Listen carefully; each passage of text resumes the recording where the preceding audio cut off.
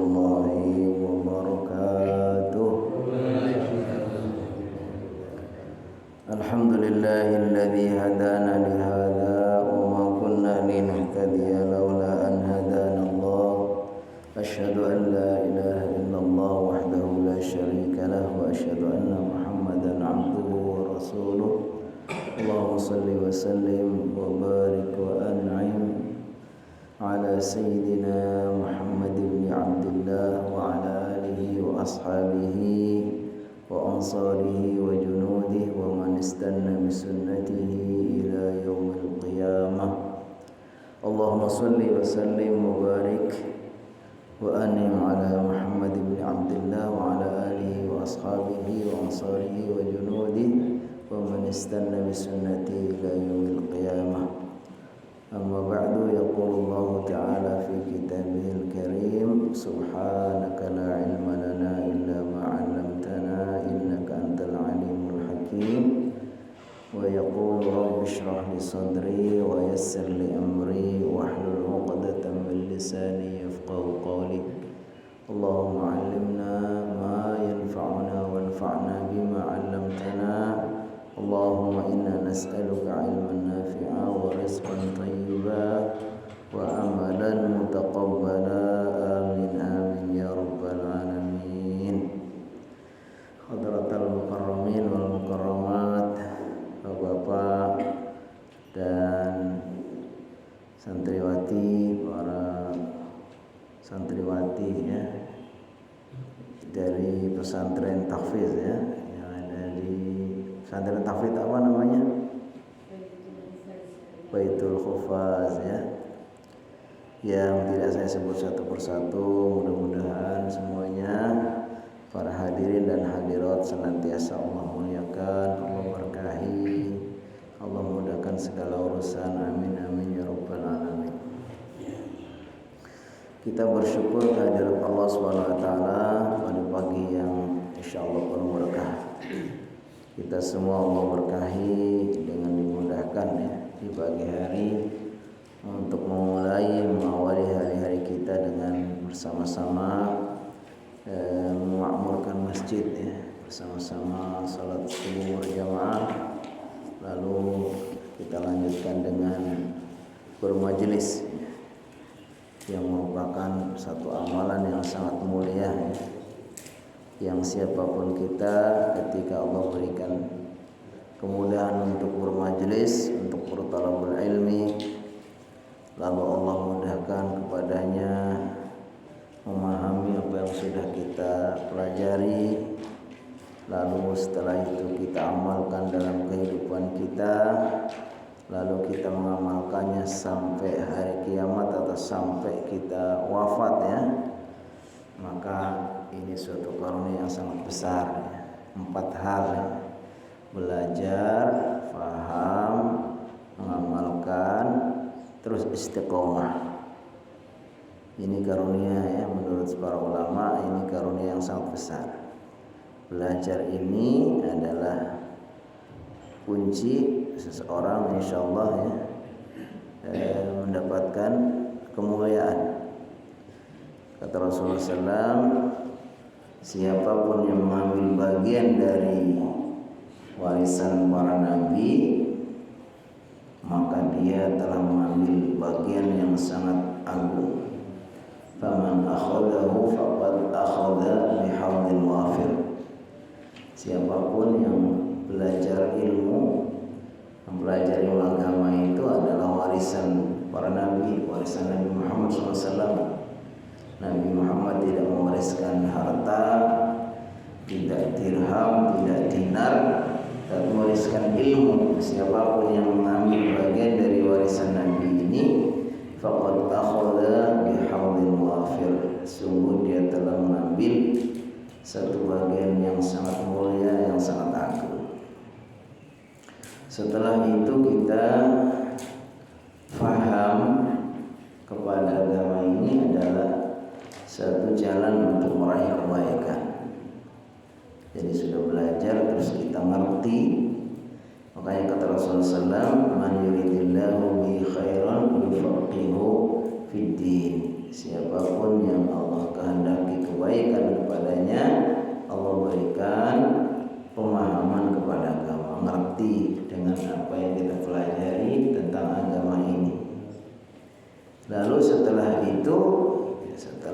mati tentu tidak ada lain kecuali niatnya untuk kita amalkan. Al-ilmu lil amal, ilmu itu untuk diamalkan, bukan ilmu untuk ilmu, untuk sekedar supaya pinter, bisa menghafal, bisa mengingat, penuh dengan wawasan, bukan. Tapi kalau dalam Islam, berilmu adalah untuk diamalkan. Sampai kapan mengamalkannya? Ya sampai kita mati. Karena kita diperintahkan Allah Subhanahu wa taala untuk menjadi seorang yang beribadah, jadi muslim sampai akhir hayat kita. Wala tamutunna illa wa antum muslimun. Makanya kalau orang sudah dikasih 4 hal, siapapun mereka, inilah Allah berikan kepadanya kemuliaan. Belajar, paham, mengamalkan, terus istiqomah. Insyaallah mudah-mudahan ini bagian dari upaya kita untuk istiqomah di dalam melakukan 4 hal tadi. Pagi hari ini Ahad yang kelima ya. Ini mungkin sudah Ahad kedua setelah kita memasuki tahun baru Hijriah. Ahad kedua ya. Kalau dalam tahun-tahun Hijriahnya ini Ahad kedua dari tahun Hijriah. Dari sebelumnya 1444, sekarang sudah memasuki 1445. Jadi sudah bertambah 1 tahun nih. Kalau tambah tahunnya, maka sebetulnya berkurang jatahnya. Setiap kita menambah 1 tahun, berarti jatah kita berkurang 1 tahun. Kenapa? Karena setiap kita sebetulnya sudah ditentukan jatahnya. Fulan bin bulan umurnya sekian tahun, sekian bulan, sekian hari, sekian jam. Fulanah binti fulan umurnya sekian, sudah ada. Cuman gak dikasih tahu ya. Ini hikmahnya supaya apa? Supaya kita tetap selalu siap. Kapanpun kita dipanggil, harusnya kita sudah mempersiapkan diri ya. Dan kalau dikasih tahu, jadi nggak siap, nanti malah jadi ketakutan gitu ya. Dan akhirnya bukan ujian. Kalau udah dikasih tahu, namanya bukan untuk diuji. Kalau dikasih tahu, oh tinggal sebentar lagi, oh kita segera bertobat gitu. Kalau masih lama, udah santai aja, masih lama, kan? Makanya nggak dikasih tahu supaya menjadi ujian, sehingga kapan saja kita tidak bisa abai ya harusnya. Kalau sudah jatah tadi, jatah yang kita tentukan jatah umur habis, ya, kita akan berjumpa dengan mati. Ini pelajarannya ya, pelajaran kita ambil dari pergantian tahun itu mengingatkan kita bahwa waktu terus berlalu, umur kita terus berkurang. Pelajaran yang lain juga, tahun baru ini sekaligus adalah pesan kepada kita untuk selalu berhijrah. Hijrah dalam artian secara maknawi. Kalau hijrah secara materi atau secara fisik, itu berpindahnya suatu dari pindahan seseorang dari satu negeri ke negeri yang lain, dari negeri kekufuran kepada negeri keislaman, mungkin sudah tidak relevan, atau untuk kita minimal di Indonesia nggak perlu memaksakan kita pindah ke negeri lain atau ke daerah lain. Tetapi yang harus kita selalu upayakan adalah hijrah secara maknawi. Hijrah secara maknawi itu ini malah lebih penting ya, apalagi di zaman sekarang ini yang penuh dengan kemaksiatan, penuh dengan berbagai macam kemungkaran. Maka secara pribadi, secara maknawi kita Hijrah dari ketidaktahuan, dari kebodohan kepada ilmu, yaitu dengan belajar. Hijrah dari kemaksiatan kepada ketaatan, yang disebutkan apa oleh Syekh Izzuddin bin Abdissalam, yaitu al-hijratu minal ithmi wal udwan, minal ismi al-hijratu minal ismi wal udwan. Hijrah meninggalkan dosa dan musuh-musuh Allah, yaitu berupa ya setan, nafsu dan seterusnya. Alhamdulillah, ini mudah-mudahan bagian dari hijrah kita yang tadinya kita nggak tahu, supaya kita tahu menjadi tahu dengan cara belajar. Belajar kita ini temanya panjang, tapi mungkin kita singkat saja. Itu pertama terkait dengan al-mashu al-hawail, bagaimana mengusap beberapa hawail, itu hal-hal yang menjadi penghalang, yang menghalangi anggota tubuh yang wajib kita basuh. Mungkin sudah kita singgung sebelumnya, itu ketika seseorang sudah berwudu dengan sempurna, lalu dia mengenakan khuf. Khuf itu sejenis kaos kaki, tapi yang tebal dan terbuat dari kulit, atau kayak sepatu, bisa juga sepatu atau kaos kaki. Ini kalau dilihat gambarnya mungkin lebih bagus ya. Jadi kayak semacam sepatu, tapi terbuat dari kulit. Tetapi memang ini apa? Menutupi mata kaki. Ini namanya khuf. Kemudian ada lagi namanya jawrab. Jawrab atau syawarib, yaitu kaos kaki. Jadi ada khuf. Khuf itu juga mirip dengan kaos kaki, tapi terbuat dari kulit, memanjang sampai menutupi mata kaki. Yang kedua adalah jawrab. Jawrab itu jawrab itu kaos kaki. Kalau kaos kaki itu bisa terbuat dari katun, bisa terbuat dari wol atau sejenisnya, itu terbuat dari kain. Ada lagi adalah mengusap imamah. Imamah itu ya semacam sorban tapi yang diikatkan ke kepala ya. Apa sih namanya?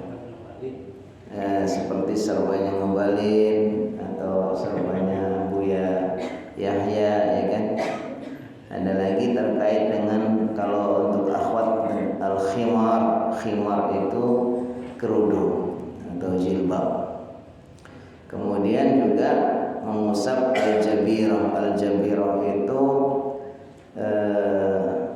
mungkin kalau di zaman dulu kita kenal kayak semacam daplok atau apa gitu. Mungkin kalau sekarang gip, yaitu suatu benda atau penutup yang sifatnya keras, untuk kalau kita kakinya patah atau apa, untuk supaya dia tertutup dan tidak mudah tergerak-gerak gitu ya, dan seterusnya. Ini panjang tapi mungkin kita ringkas saja. Yang pertama adalah mengusap khuf. Khuf itu disebutkan na'lun min jildin au udum yukti al-ka'baini wal ka'bani al-'azamatani an-nati'atani fil qadam. Pengertian khuf itu adalah sejenis sandal atau sejenis kaos kaki atau mirip sepatu gitu, yang terbuat dari kulit yang menutupi mata kaki. Mata kaki itu adalah dua tulang yang menonjol ya di atas telapak kaki. Ini hukumnya disebutkan di sini memang dibenarkan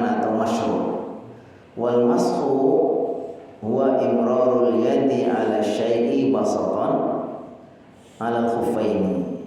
Yang dimaksud mengusap itu adalah menggerakkan kedua tangan di sini, kemudian setelah kita basahi kemudian dijalankan ke atas telapak kaki, bagian atasnya, permukaan telapak kakinya. Permukaan bukan permukaan bawahnya tapi atasnya.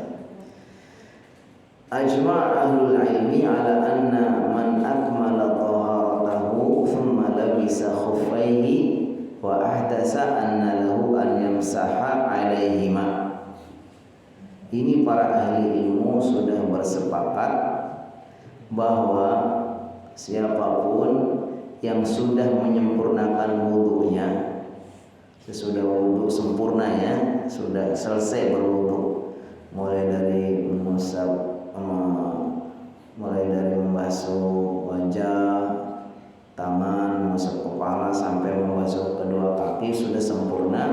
Kemudian dia memakai khuf tadi, memakai dua sepatu atau dua kaos kaki yang terbuat dari kulit ya, yang menutupi kedua mata kaki.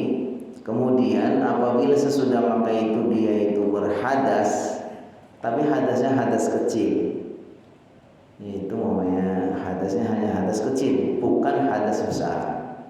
Dalam artian kalau sampai junub dan seterusnya maka nggak bisa. Maka kalau hanya hadas kecil, nanti dia itu ketika berwudu tidak usah dibuka khufnya. Cukup ketika berwudu berarti membasuh wajah, membasuh tangan, mengusap kepala. Pas giliran mau membasuh kaki, ini khufnya tidak usah dibuka, tapi cukup tangan kita dibasahi, seperti kalau kita mengusap kepala gitu dibasahi, kemudian kita usapkan di bagian atas, di permukaan atas dari telapak kaki kita. Ini berlaku juga untuk kaos kaki, walaupun ada yang berbeda pendapat, tapi secara umum sama.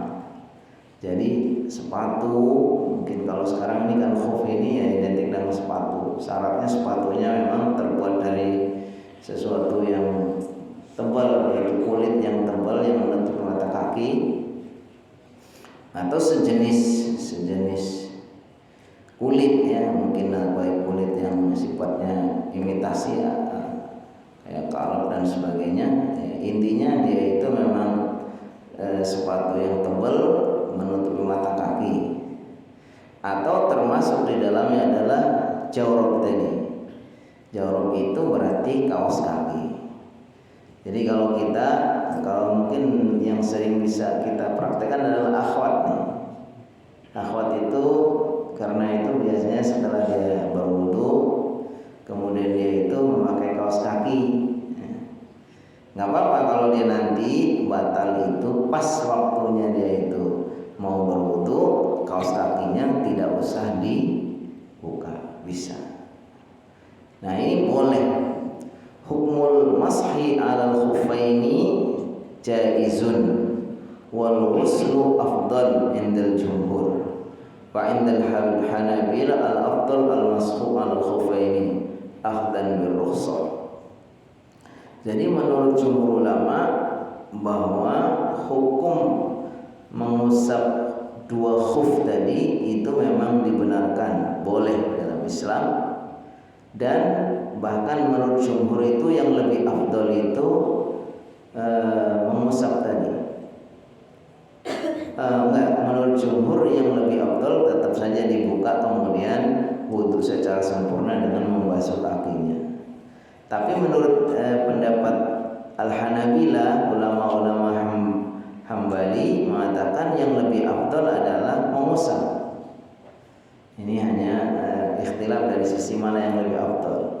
Kenapa kalau jumhur mengatakan lebih afdal itu membasuh? Karena ya membasuh itu memang lebih sempurna. Memang hukum asalnya ketika berwudu itu dengan membasuh kaki.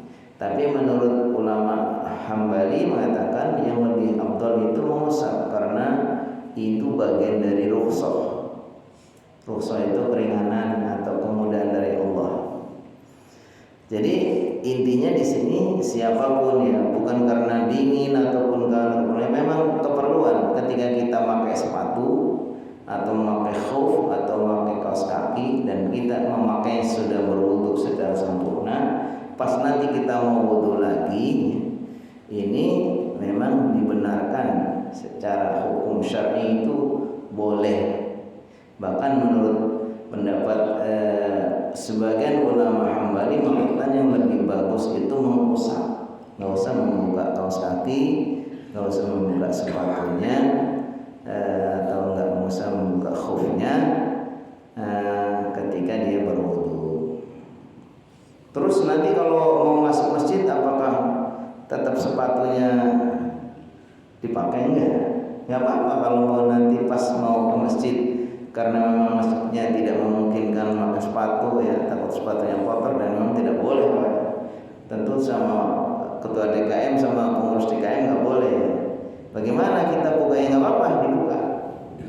Jadi menjelang masuk ke masjid kita buka sepatunya, kita berarti apa? Sholat tanpa pakai sepatu. Tapi ketika wudu kita tidak membasahi kaki, bisa seperti itu. Hanya saja nanti setelah itu kalau kita pakai lagi nggak boleh kemudian kita mengusap lagi, harus wudu secara sempurna lagi. Intinya bahwa berlakunya itu ketika kita masih dalam keadaan belum membuka khufnya, kita bisa mengusap kalau sepatu kita atau kaos kaki kita atau khuf kita itu belum dibuka. Kalau sudah dibuka, ya berarti akan kembali seperti hukum asalnya. Ketika wudu kita harus membasuh kedua kaki kita. Nah, kalau kita menerapkan itu, sampai kapan itu boleh kita tidak membasuh kaki, yaitu ketika wudu. Kalau kita dalam kondisi mukim, kita tidak dalam kondisi bepergian, maka sejak atau kita hitung 1 hari 1 malam. Ada yang memang memulainya 1 hari 1 malam adalah dengan waktu sholatnya, namanya waktu sholat zuhur sekarang ini, sebelum zuhur sekarang berarti sampai menjelang zuhur besok. Ada yang pokoknya dilihat dari sejak jam berapa ya, jam berapa kita berwudu atau kita memakai berwudu kemudian kita memakai khuf itu, memakai jarum itu. Makanya kalau dari pagi berarti sampai 24 jam berikutnya, 1 hari 1 malam. Ini kalau kita dalam kondisi mukim. Mukim itu maksudnya kita tidak dalam kondisi safar. Kalau dalam kondisi safar, kita sedang safar, maka kita hitung 3 hari 3 malam, atau berarti berapa jam? Kurang lebih 72 jam. Nah, intinya kita memahami agama ini masalah yuridullahu bikumul yusra wa la yuridu bikumul usra. Jadi ini memang hadiah atau rukhsah dari Allah SWT, kemudahan yang Allah berikan kepada umat Islam, bahwa Islam ini satu agama yang memang Allah berikan itu untuk mengatur supaya tertib, supaya baik dan tidak ada menyulitkan. Ma anzalna 'alaikal qur'ana litashqa. Allah tidak menurunkan Al-Qur'an ini ya, Islam ini untuk supaya susah. Makanya termasuk di sini orang yang memakai sepatu, yang memakai khuf, yang memakai kaos kaki, baik itu memang karena kedinginan atau keperluan lain, atau termasuk ya untuk perhiasan dalam artian kita pakai sehari-hari, itu tetap dibenarkan. Kalau dia memakai yang sudah wudu, nanti kalau batalnya hadas kecil ya, kemudian nanti mau berwudu lagi, datang waktu sholat yang wudu lagi, pas ketika wudu nggak usah membuka sepatunya, khufnya dan kaos kakinya. Setelah itu juga dibuka, karena kita masuk masjid kan nggak boleh pakai khuf atau nggak boleh pakai sepatu. Ya nggak apa-apa, nggak apa-apa kalau namanya kita mau membuka sepatu ya sesudah melakukan mengusap boleh juga. Tapi kalau kita mau membukanya sebelum wudu ya kita berarti kita membasuh seperti biasa. Baik, ini terkait dengan sejak kapan dihitungnya. Intinya kalau kita mukim dalam keadaan tidak bepergian itu berlaku untuk 1 hari 1 malam. Kalau kita musafir itu dibenarkan sampai 3 hari 3 malam. Terkait dengan sejak kapan dihitungnya waktu, ini memang ada perbedaan pendapat. Tapi intinya yang lebih mudah kita hitung aja dari sisi waktu saja. Kalau 1 hari 1 malam berarti 24 jam, ya sudah kita hitung. Sejak kapan kita memakai itu, hitung dari situ. Di sini dengan yabda'u min awali hadasin ba'dal labsi. Ada yang menghitungnya 1 hari 1 malam itu dari hadas pertama. Pokoknya kita memakainya di pagi hari, setelah wudu kita pakai pagi hari. Tapi nggak batal-batal kecuali batalnya jam 10. Ya besok berarti dihitungnya dari jam 10 sampai besok jam 10 lagi.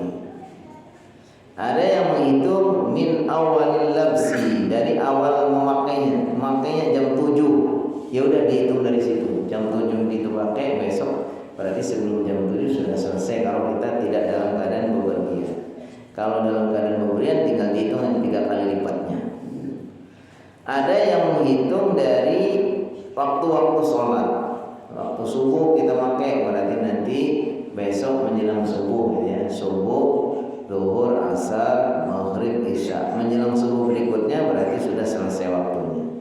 Kalau dia dalam keadaan mukim, kalau dalam keadaan musafir berarti ya tinggal ditambah 3 kali lipatnya. Yang paling gampang pakai model jam saja lah. 1 hari 1 malam itu 24 jam. Berarti kita hitung sejak jam itu kita memakai jam berapa. Berarti kalau dia dalam keadaan mukim, kalau kita pakai jam 7 ya besok menjelang jam 7 besok paginya 1 hari 1 malamnya ya, maksudnya itu adalah kita sudah habis waktunya. Baik, kita akan lanjutkan. Ini yang kedua adalah bagaimana di sini ada pertanyaan hal yang sahu alal khufil mukhtar, apa boleh kita mengusap ketika kita memakai khuf atau kaos kaki atau sepatu yang bolong ya, atau yang sobek. Jadi disebutkan ketika memang itu tidak menghalangi ya, tidak menghalangi dalam artian itu hanya bolongnya sedikit dan itu masih menutupi bagian kulit yang wajib dibasuh, maka hukumnya boleh. Tetapi kalau sampai kelihatan bagian kulit yang harus dibasuh ketika berwudu itu sudah terbuka, maka di sini tidak dibolehkan. Ya, kalau sedang bolong sedikit kaos kakinya atau apa yang memang tidak sampai memperlihatkan bagian kulit yang harus dibasuh ketika berwudu, maka itu dibenarkan. Sekarang berikutnya mahallul mashi wa sifatuhu. Bagaimana sih cara mengusapnya dan di mana kita mengusapnya, di bagian mana? Al-masyru'u fil mashi 'alal khuffaini an yamsaha dhahirahuma la batinihima marratan wahidah. Bagaimana sih cara mengusap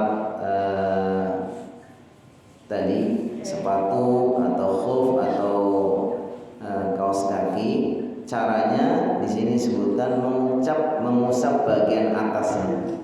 Jadi kalau telapak kaki itu kita melihat bagian atasnya yang mana ya? Punggung dari telapak kakinya, bukan bawahnya. Kita usap hanya sekali saja. Kita usap sekali sudah, gitu aja. Ini namanya ini kita pakai kayak gini sudah sekali. Nah sekali ini bagian atas, baik itu kaos kaki ataupun sepatu ataupun khuf. Saya baca Kenapa bagian atasnya bukan bagian bawahnya, bagian telapak kaki bawahnya? Ya karena memang perintahnya seperti itu.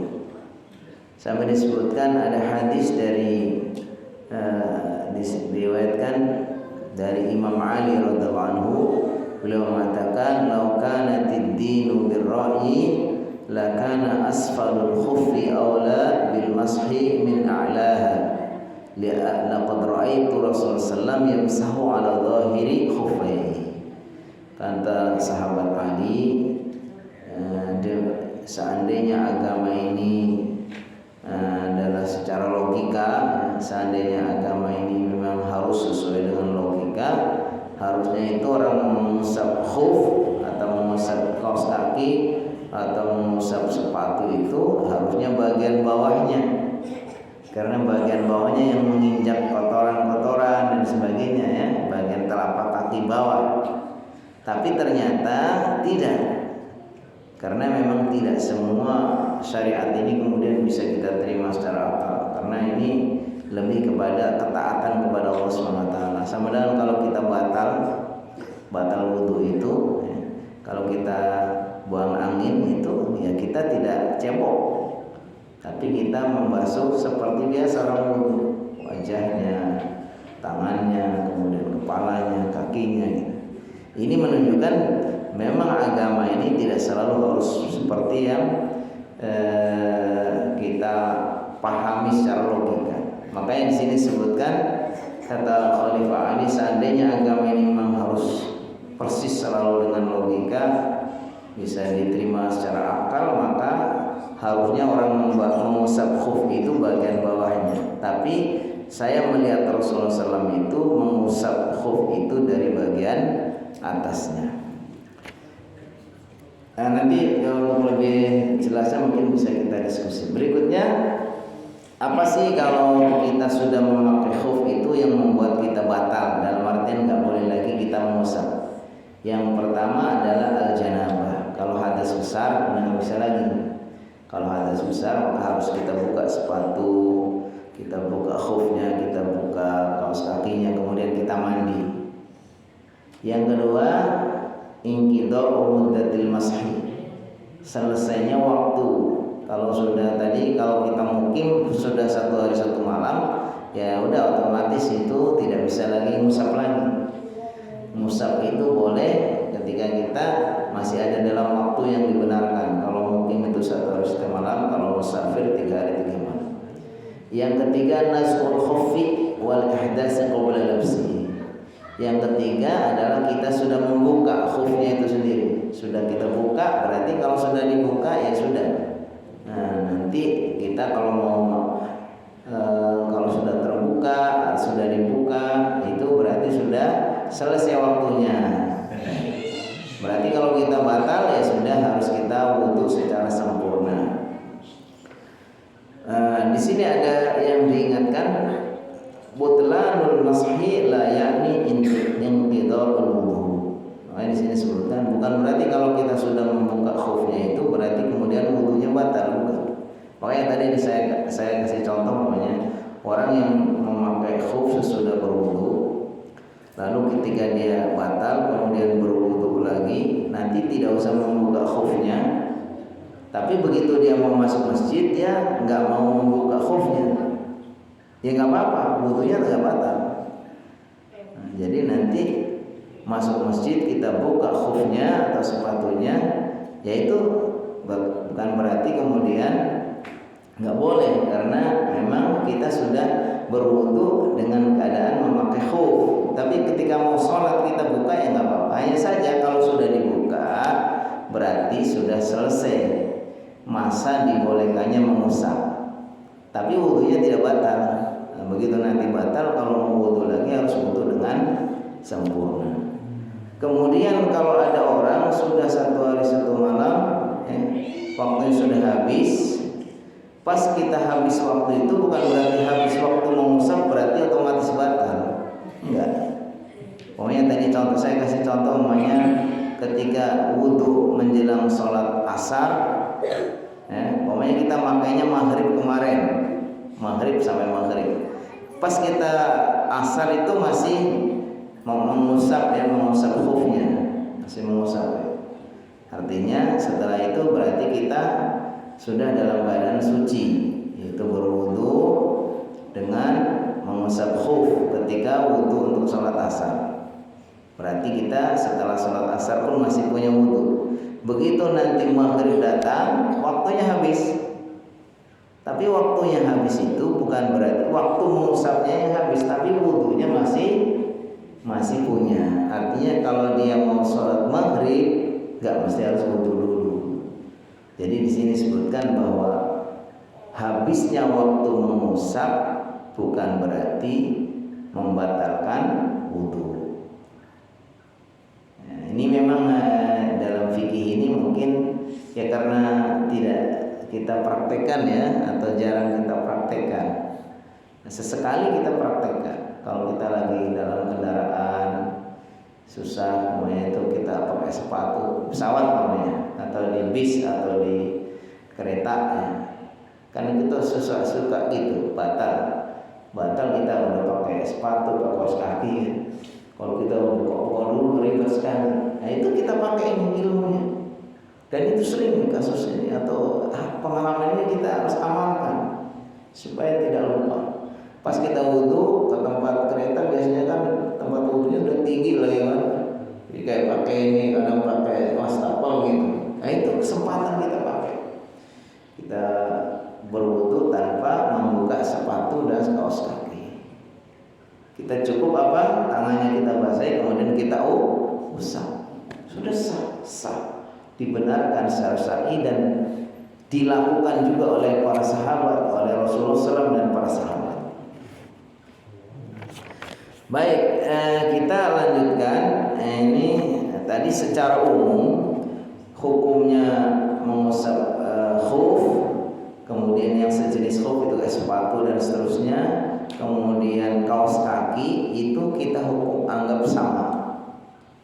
Jadi kaos kaki, walaupun ada yang kaos kaki itu mensyaratkan harus kaos kaki yang tebal, tapi yang mengatakan ya tidak mesti harus tebal, asal memang itu diperlukan untuk kita pakai dan nanti kita akan kesulitan atau agak ribet kalau dia itu membuka kaos kaki, ya sudah kita amalkan ini.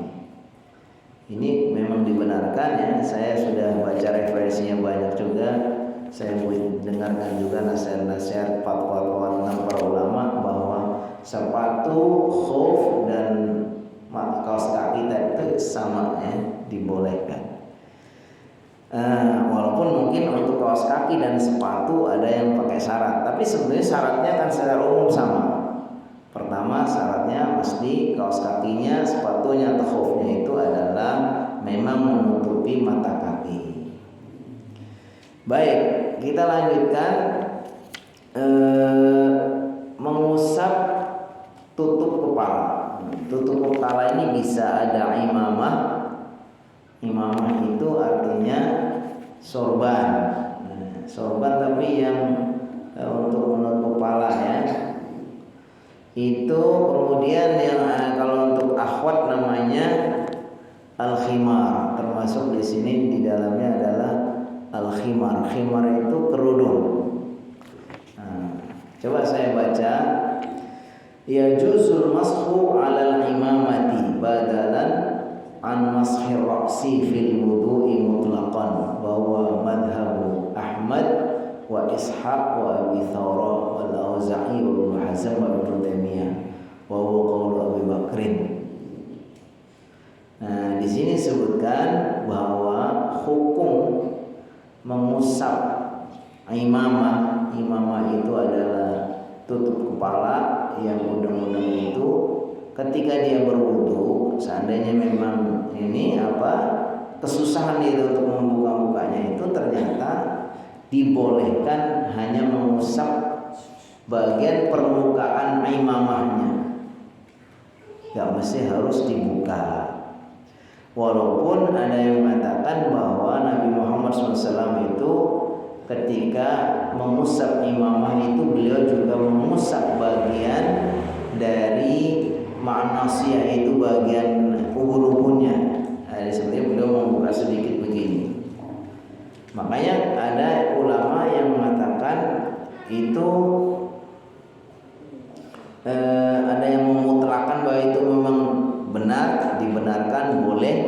Tapi ada yang mengatakan mensyaratkan dia mengusap imamahnya sekaligus sedikit ya, merogoh atau memasukkan jarinya untuk bagian kepala yang tumbuh rambutnya atau yang bagian diusap ketika dia berwudu.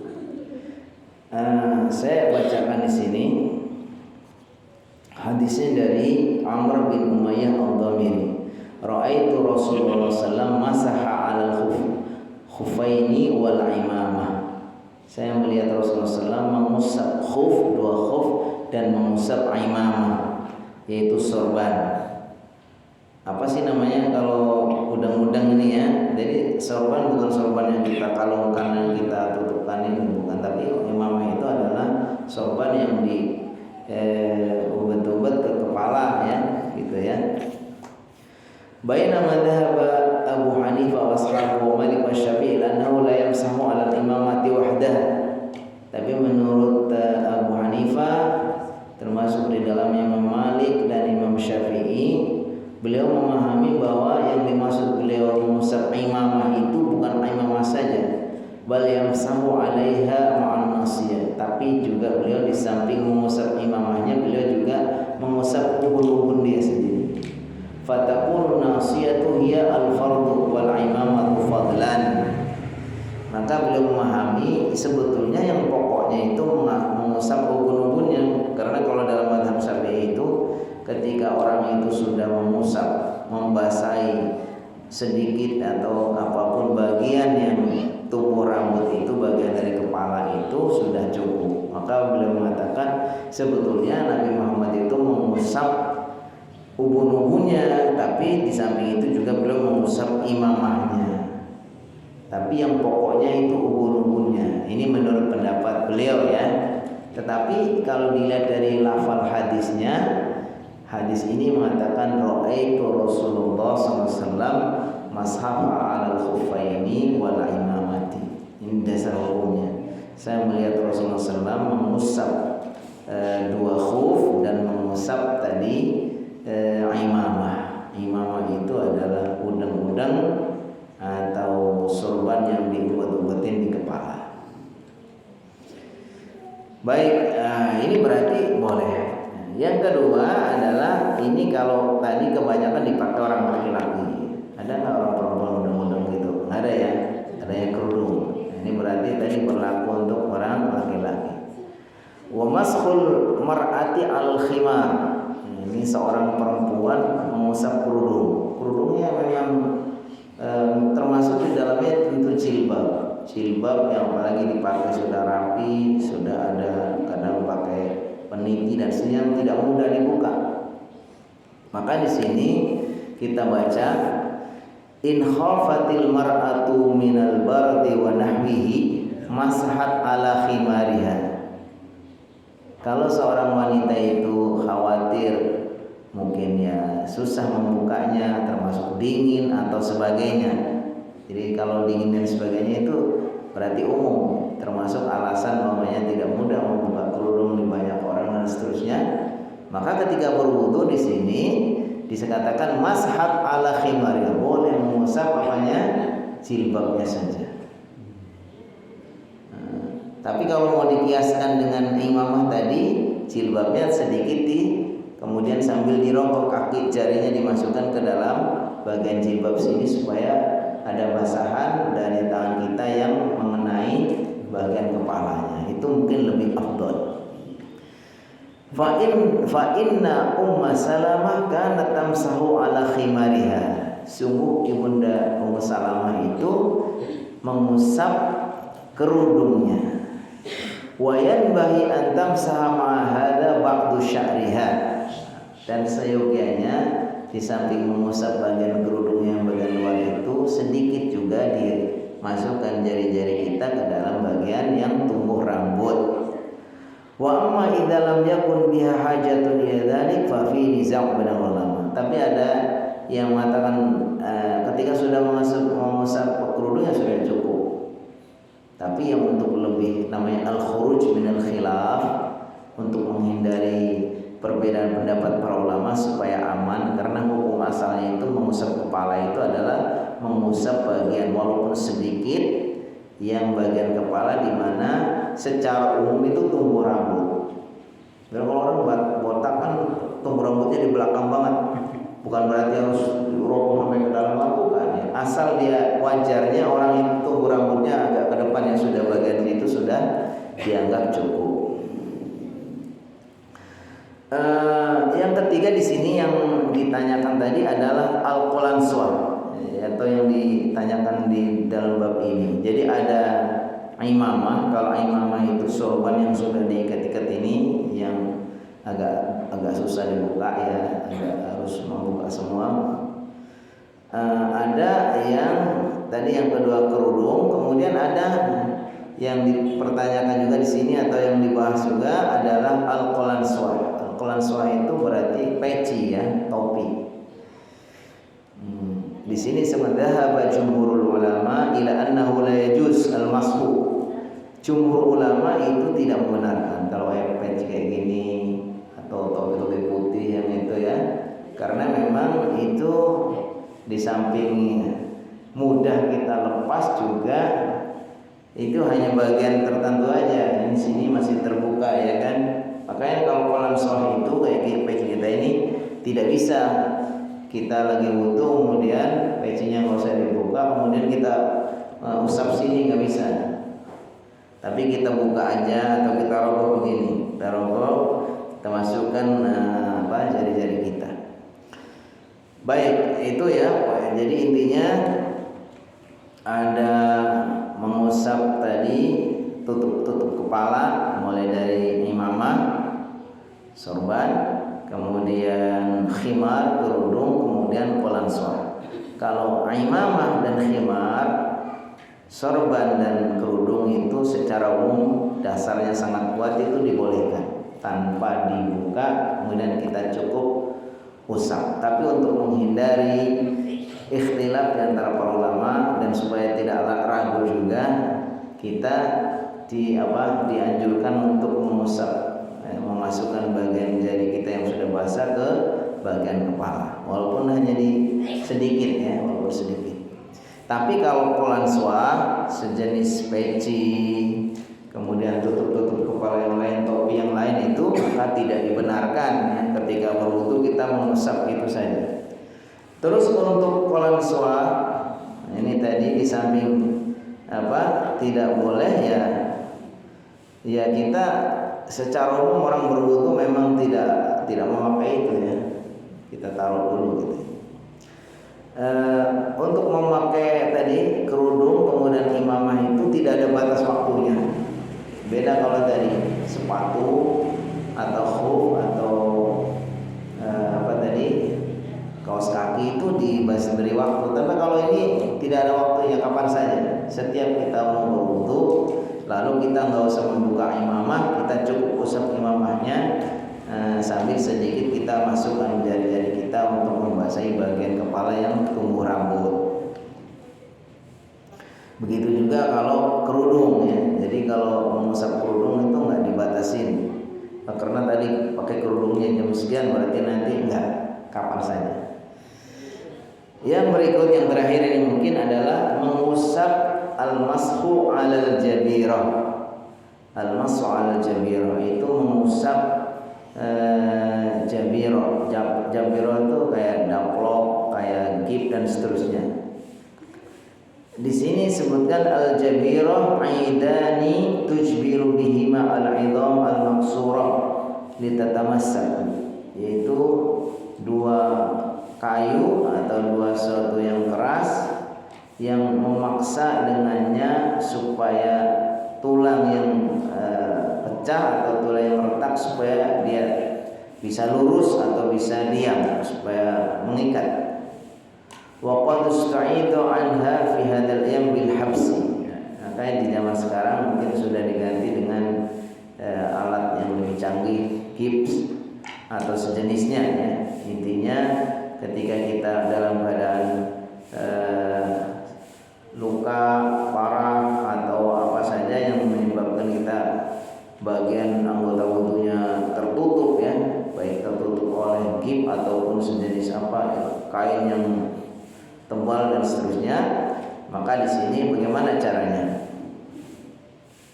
Man kana ala ahadi a'dha'il wudu kadhira'aini aw rijlaini jabira fa innahu yajuzu lahu an yamsaha 'alaiha 'inda jumhuril ulama min al-a'immatil arba'ah wa ghairihim. Disebutkan siapapun di antara kita yang anggota badan bagian anggota wudunya itu terkena luka atau ada masalah sehingga dia harus ditutup dengan jabirah tadi, gib dan seterusnya, fa innahu yajuzu lahu an yamsaha 'alaiha, maka baginya boleh mengusap bagian atasnya saja. Jadi umpamanya kita di sini dikat pulang dari dokter, kita tangannya dikat seperti ini kan bagian yang harus kita basuh ketika wudu. Kemudian atau apanya, kaki di bawah mata kaki ini, dari mata kaki ke bawah ini kan harus dibasuh ya ketika dia dalam badan sehat. Nah pas nanti bagaimana ketika seperti itu, pas kita sedang seperti itu kondisinya, ya kita wudu seperti biasa. Yang bagian yang lain yang tidak kena luka, maunya wajahnya kita usap seperti biasa. Pas giliran nanti maunya tangan kanan nggak ada apa-apa, yang kena tangan kiri ya udah, ketika tangan kanan kita seperti biasa. Begitu mas, tangan kiri itu kita basahin sedikit, kita usap saja. Nah, yang lainnya ya tetap kita kenakan, yang tidak tertutup oleh jabirah tadi ya kita usahakan dikenakan air ya. Tapi jangan sampai terlalu banyak juga karena nanti akan meresap ke sini. Intinya agama ini memang Allah Subhanahu wa taala turunkan itu untuk memudahkan. Di bagian kaki, di bagian tangan, termasuk juga mungkin kalau di sini diperban umpamanya bagian jidatnya di sini. Ya udah Pak, kalau muka kita sedikit aja, kemudian bagian ini kita usap. Jadi disebutkan hadis Jabir, qala Nabi sallallahu alaihi wasallam idza innama yakfihi an yuqsaba ala jarhihi khirqatan summa yamsaha 'alaiha. Ada seorang sahabat yang terluka, kemudian kata Rasulullah SAW, sungguh cukup baginya kemudian untuk membasahi khirqah. Di sini kalau di sini membasahi kain, tapi sebetulnya apapun yang sebetulnya bisa termasuk tangan, kemudian yamsahu 'alaiha, kemudian diusapkan.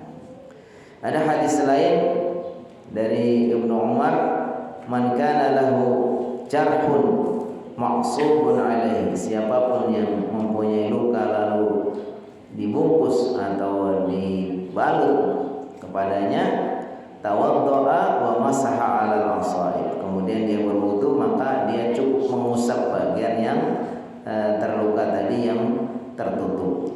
Wa yughsalu ma haulal masaib, tapi bagian yang lain sekitarnya ya kita kenakan air. Pokoknya yang dibalut tuh bagian sini saja. Kalau mamanya orang berwudu kan wajibnya membasuh sampai siku. Yang dibalut bagian depan sini, berarti yang bagian sini yang diusap sini kita kenakan air begitu. Al-qiyasu 'alal mashi 'alal khuffaini fa innal masha 'alaihima li ghairi darurah jaiz, fa kaifa bil jabirah wa hiya daruratun fa hiya aula. Yang lebih kuat dasarnya adalah kalau dalam keadaan normal saja, bukan karena sakit, kita dibenarkan untuk mengusap tadi sepatu, mengusap khuf, mengusap apalagi kaos kaki. Padahal itu kita dalam keadaan sehat walafiat, hanya karena kita takut kesusahan dan sebagainya, takut basah semua ya dalam kendaraan dan sebagainya, itu pun sudah dibenarkan, nggak usah dibuka khufnya, nggak usah dibuka sepatunya, nggak usah dibuka kaos kakinya, itu dibenarkan. Padahal kita dalam keadaan sehat. Apalagi kalau kita dalam keadaan sakit, bagian anggota tubuh kita yang harus diwuduin itu ternyata luka sehingga dibalut, ya tentu lebih boleh lagi. Jadi intinya kita tidak usah menganggap kesulitan gimana, dipaksakan semuanya dibuka lagi, basah lagi. Termasuk bagaimana kalau nggak boleh kena air. Ya makanya tadi kalau balutnya itu tebal, kita usap itu bukan berarti harus airnya banyak. Asal kita sudah basahin tangannya, sudah ini ke bagian permukaan saja, maka itu sudah dibenarkan. Wa dhahaba Ibnu Hazm, nah ini seorang ulama Ibnu Hazm, illa anna man kanat alaihi jabira fa laysa alaihi an yamsah alaihi wa annahu yasqutu hukmu dzalikal makan. Bahkan kalau Ibnu Hazm lebih tegas lagi kalau kata beliau, sebetulnya orang-orang yang dalam keadaan luka, bagian yang diwudui, bagian anggota wudunya luka dan dia sudah dibalut, maka kata beliau sudah gugur, tidak ada wajib mengusap. Ya sudah, yang diwajibkan yang cukup yang bagian yang sehat saja yang kita wuduin sebisanya. Yang bagian ini nggak usah diusap. Ini menurut Ibnu Hazm. Tapi menurut ulama yang lain tetap saja diusap, hanya saja mengusapnya jangan terlalu banyak air, kan sekedar diusap saja. Wallahu alam. Ini ya mungkin. Nah, saya baca coba fawaidnya. Ada 3 poin. Di sini sebutkan al-mashu 'alal jabirah yajzi fil wudu' wal ghusli 'ala sawa. Bedanya kalau di sini mengusap pembalut, bukan pembalut, apa sih namanya? Mengusap daplok, kip dan sebagainya itu berlaku untuk ketika dia berwudu dan mandi. Ya kan? Kalau kita maunya dalam keadaan luka bagian anggota wudunya, pas kita harus mandi ya tetap saja di sini, nggak perlu kita mandikan, paksakan harus basahnya, tapi cukup. Ini berlaku untuk hadas besar dan hadas kecil. Ala sawa. Li'annal jabirata daruratun. Li'annal jabirata daruratun fala yafraqu fiha bainal hadasil asghar wal akbar. Karena memang mengusap balutan luka ini adalah darurat sifatnya, sehingga berlaku untuk hadas besar dan hadas kecil. La yushtaratu wad'ul jabira ala taharah wa tauqid. Dan tidak ada persyaratan kalau dia memakai pembungkus ini luka itu dalam keadaan harus berwudu dulu. Beda kalau tadi memakai khuf atau kaos kaki atau sepatu, itu kita disyaratkan memakainya harus dalam keadaan suci sesudah berwudu. Kalau dalam keadaan sudah batal ya nggak bisa, kita harus buka. Tapi kalau kita memakainya sudah wudu itu bisa. Tapi kalau untuk jabirah ini karena sifatnya untuk darurat, untuk menutup luka dan sebagainya, menutup patah dan sebagainya, maka di situ tidak disyaratkan ada dalam keadaan suci dan tidak ada batas waktunya. Batas waktunya sampai kapan? Apa 1 hari 1 malam? Enggak, sampai sembuh. Kalau memang sudah dibenarkan untuk dibuka ya dibuka. Kalau belum ya walau sudah berbulan-bulan ya cukup di situ diusap. Yang ketiga, al-lafaif at-tayyibah ala adhil wudu laha humul jabirah. Al-lafaif yaitu ya lapisan-lapisan kain ala adhil wudu. Jadi kalau ada yang sifatnya keras kayak gip, kayak daplok dan sebagainya, tapi ada yang kadang kalau dokter itu mungkin hanya kain. Nah, di sini disebutkan hukumnya sama dengan tadi. Jadi intinya setiap penghalangnya baik itu berupa kain atau kip atau yang lain itu hukumnya sama. Ketika pas waktunya berwudu kita cukup untuk mengusapnya saja, tidak dipaksakan harus dibasahi. Wallahu a'lam. Ini beberapa hal yang kita bisa sampaikan ya. Ini memang dalam prakteknya tidak selalu ya, tetapi menurut saya ini sangat penting dan banyak orang yang butuh ini sebetulnya, karena ini menjadi solusi kita di dalam mengamalkan agama ini, bahwa agama ini selalu memberikan jalan keluar. Dan agama ini ternyata Allah SWT turunkan untuk supaya kita mendapatkan kemudahan-kemudahan, keringanan-keringanan. Ma anzalna 'alaikal Qur'ana litashqa yuridullahu bikumul yusra wa la yuridu bikumul usra. Kata Rasulullah SAW bahwa syariat ini itu ada al-hanifatis samhah. Jadi syariat itu adalah hanif, artinya lurus, menghindari hal-hal yang tidak baik, as-samhah, dan toleran. Nah, ada hadis lain kata Rasulullah SAW, inna hadad dina yusrun walan syadad dina illa ghalabah. Sebenarnya agama ini mudah dan tidaklah seseorang itu ekstrim dalam beragama susah, kecuali dia semakin kesusahan sendiri. Ada satu hadis juga kata Rasulullah SAW, ma khuyira Rasulullah SAW baina amraini illa ikhtara aisarahuma. Kata beliau, ada hadis dikatakan tidaklah Rasulullah SAW itu disuruh memilih dua hal, melainkan itu beliau memilih yang mudahnya. Jadi kita dalam beragama, kayak saya kemarin ikut seminar, namanya seminar yang mungkin bagaimana supaya orang itu tidak terlalu ifrat itu berlebihan dalam beragama, strength sekali, kaku, keras. Kemudian ada yang namanya tafrid itu meremehkan. Dan agama ini ya kita bawa ke tengah, jangan ikut juga orang-orang yang sangat ekstrim sehingga susah dalam beragama, kaku gitu kan. Tapi jangan juga agama ini disepelekan. Jadi kita apa? Kita mutawassit, tidak ekstrim kanan, tidak ekstrim kiri. Dan itulah yang Allah kehendaki ya, khairul umuri awsaduha. Sebaik-baiknya perkara itu yang sedang-sedangnya, yang tengah-tengahnya.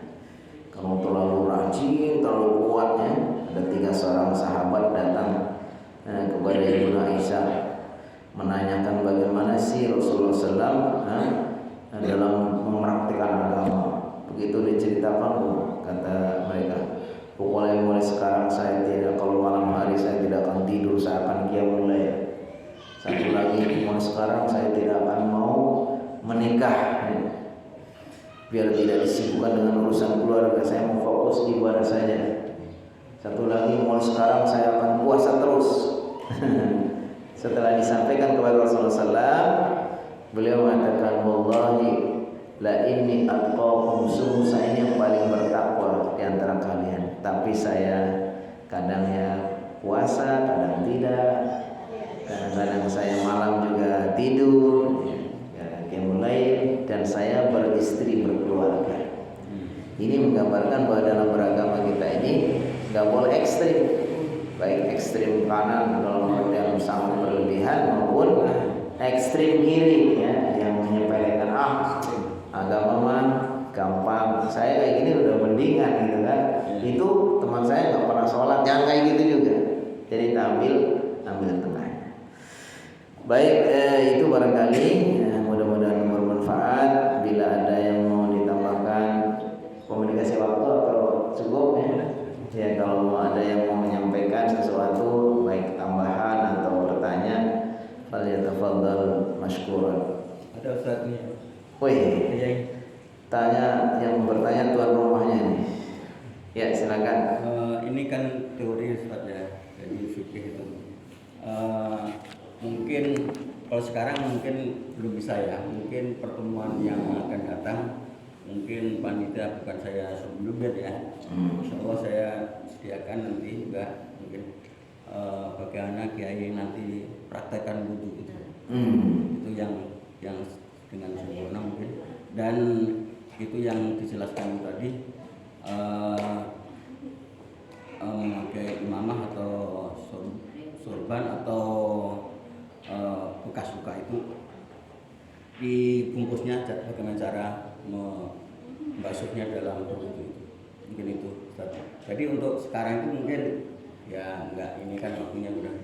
Mungkin pertemuan yang akan datang, yang kita kan ngaji kan enggak sampai di sini aja lah.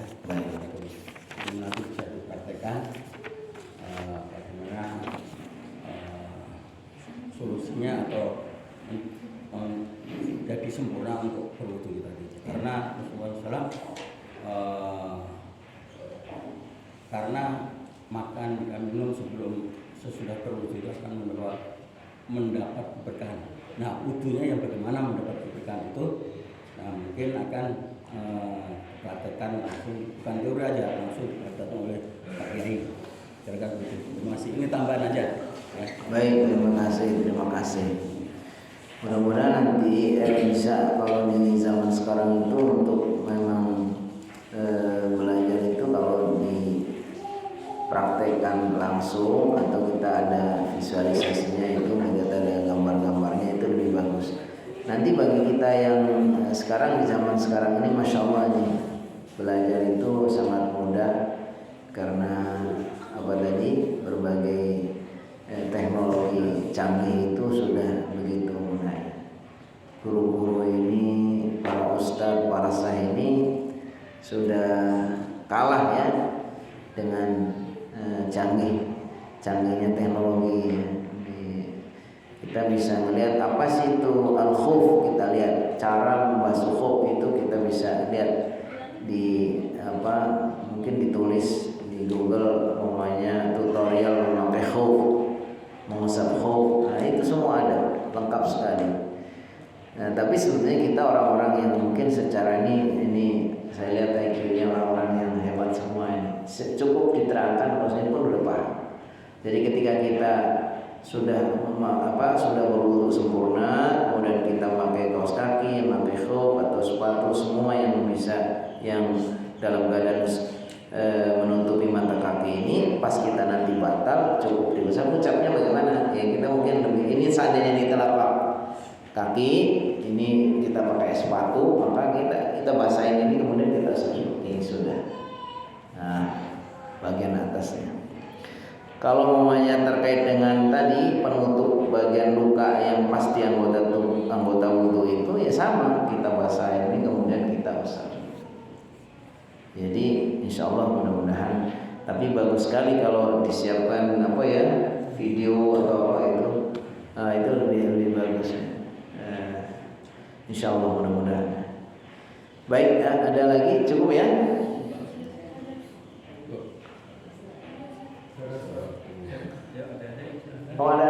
Masya Allah yang saleh, silakan. Waalaikumsalam warahmatullahi wabarakatuh. Kalau misalkan kita dari perjalanan bersama, kemudian kita kan untuk urus secara sekolah dan itu dan melakukan khuf dan melakukan fidyah. Tapi dalam perjalanan pula kita terkena najis mukhaladun. Itu bagaimana? Sedangkan di Qadarullah juga nggak ada air gitu. Itu bagaimana? Najis mukhaladun. Di bagian apanya yang kena, kaos kakinya? Khufnya ya. Ya, jadi memang disyaratkan khufnya juga dalam keadaan suci. Jadi ketika kita memakai khuf itu sendiri, khuf itu satu, kita ini sudah berwudu. Kalau berwudu berarti ini badan kita sudah suci dari hadas namanya kan. Suci dari hadas, tidak ada hadas kecil ataupun hadas besar. Kemudian khuf yang kita pakai juga pastilah dalam keadaan suci. Ya, jadi khufnya harus kita dalam keadaan suci, kaos kakinya, sepatunya dalam keadaan suci.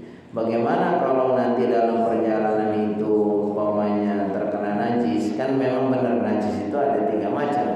Ada najis mukhafafah. Kalau najis mukhafafah cukup dipercikan, diusap atau dipercikan air sudah selesai. Umpamanya kan kepercikan najis mukhafafah. Kalau najis mutawassithah ya sudah, kita harus buang seperti layaknya kita menghilangkan najis mutawassithah. Intinya memang itu ya, kalau sudah terkena najis ya otomatis kita nggak bisa lagi, harus kita buka kaos kakinya. Kalau dibuka kaos kakinya kita wudunya batal enggak? Kalau memang betul-betul bagian yang kena itunya adalah kaos kakinya.